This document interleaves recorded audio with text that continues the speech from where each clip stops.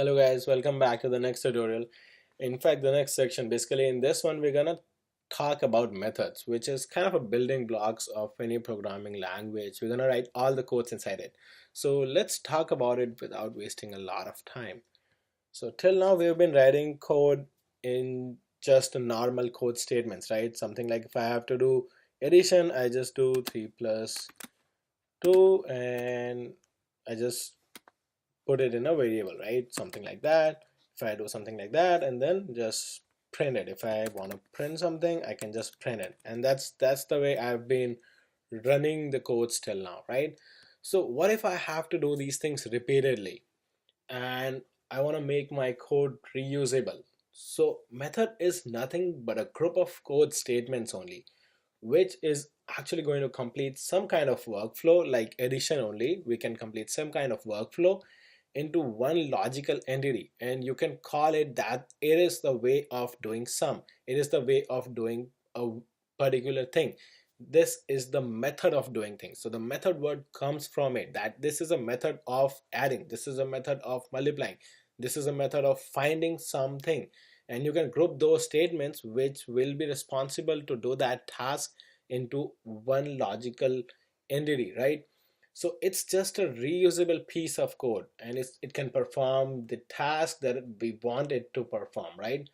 And when we think about method, it's just a way of doing something, right? That's what it is. So let's try to wrap this thing up into a method. So how we define a method is by a keyword called def. This tells Python that the code follows after this line with the indentation is one group of statements, and it should be executed sequentially, right? And methods can take arguments, it can perform operations on those arguments. We can just wrap up the code in the method, right? So let's, after the def, what we do is we give the name to the method. So let's give it maybe add, or maybe sum and nums, right? We want to just find out the sum of some numbers, and we put the parentheses after that. It can take arguments or it cannot take arguments. Basically it depends on us if the method needs arguments or not. So it can be empty when no arguments are needed, and we can put arguments inside it. After that, just remember to put these colons, which we used to do in the for loops, while loops, if statements, all the conditional ones.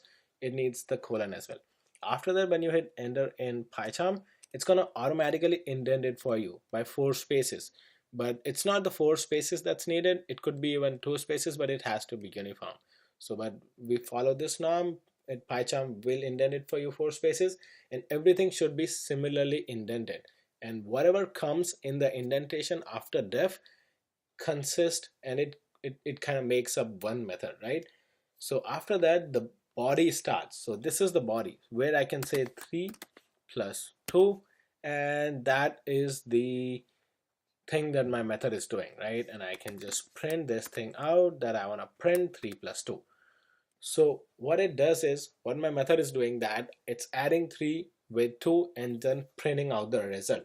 So this is the body. It kind of describes all the procedures that our method is going to carry out, and it's always indented as we talked about, right? So we created a method. Now how to use it? So what we need to do is we just need to put the name of the method. So as soon as we start typing, this PyCharm already is smart, right? It starts giving the options. So here is our method that's showing sum underscore nums. So this is our method, and what we have done is, so let's right now just delete it and let's try to run the code and see what happens. So I have to actually edit the configuration. So basically just let's change the name, methods demo. Don't know why it's not working. You know what, instead of this I can just copy this configuration, or yeah, so just copy this and call it methods demo, right? And then select the file that I want to use. So the file that I'm working on is in the methods package, so methods demo 1, and that's about it. So I have selected the file and I'm gonna run this configuration. So right now nothing happens, right? It doesn't print anything. What happened is I created a method but I never used it. So whenever we create a method, we have to call it in order to use it. So the way we call it is just provide the name as I was talking, right?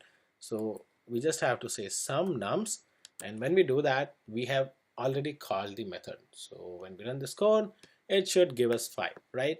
That's the way we do call methods.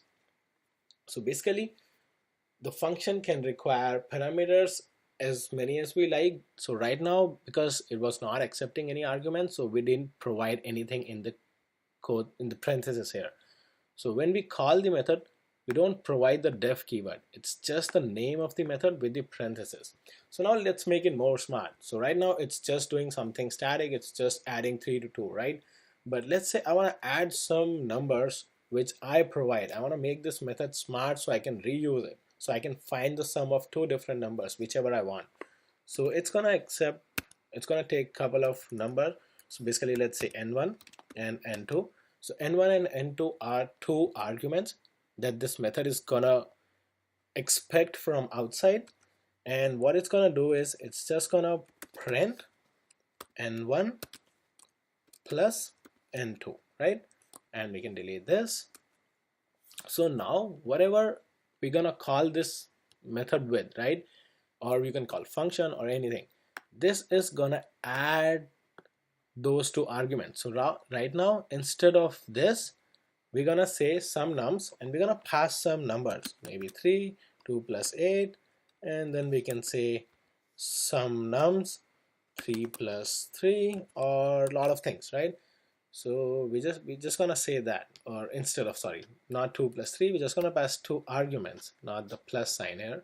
So the way we pass arguments is again separated with the comma as they accept the arguments. So I'm gonna say this and just run the code. So you guys can see here, right? It's two different outputs we can see. So first time it did 2 plus 8, 10. Second time it did 3 plus 3, 6.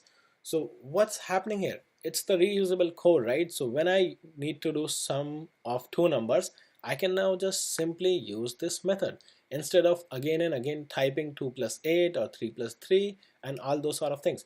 So basically this is a very small method, but it can be very big. So what it's doing is it's just doing sum, and I can call it 1,000 times, as many as times we like, right? So this is kind of a basic understanding of methods, and that's what we meant when we talk about what is a method and all those things. And to actually look at some other things, there are methods that we were already working with. So let's take an example of maybe a list. So let's define a list, call L, and then say 1, 2, 3, right? And you remember when you used to do some dot operations on lists? So let's do print L dot. So now all these things that show up here, you can see this M in these icons, right? So this represents that these are methods, and these are all methods available. So these are also methods or functions, but they're already available and provided by Python to us, and we can utilize them. And that's how we call the methods. And why we are using them as a dot operation? Because they exist in the list class. And we will see those things when we talk about classes. So you don't have to worry about them. But the thing to understand right now is we were using methods before this lecture as well. And the only different thing that we did in this class is we created our own methods. So we can just do this, right? Append, and I want to append 4, and next time when I print L, which is my list, I'm gonna get 1 2 3 4 instead of 1 2 3, right? So I can get 1 2 3 4. So basically we were already working with all the different kind of methods. We were working with len, right? We were working with len, and if I do len of L, it should just print it for me. So I can just put this thing inside the print statement. So if I do this, it should give me the length of the list. So len is again a method, and this accepts one parameter, and the parameter should be an object, and we passed in list, right? And this append accepted one parameter 4, and we passed in that. So it depends on what we want to do with the methods. It's not mandatory to have the arguments always. It depends on what how we want to use them and what we want to achieve with the method. So that's pretty much it, guys. That's the quite a bit of introduction about the methods. In the next tutorial, I'm going to expand it. I'm going to expand and put it in more details about methods, show you what different ways are there, what different things are available. So that's pretty much it for right now. Just download the code for reference, practice it as much as you can, and let me know if you have any questions. So stay tuned for the next lecture, guys. Thanks for attending this one.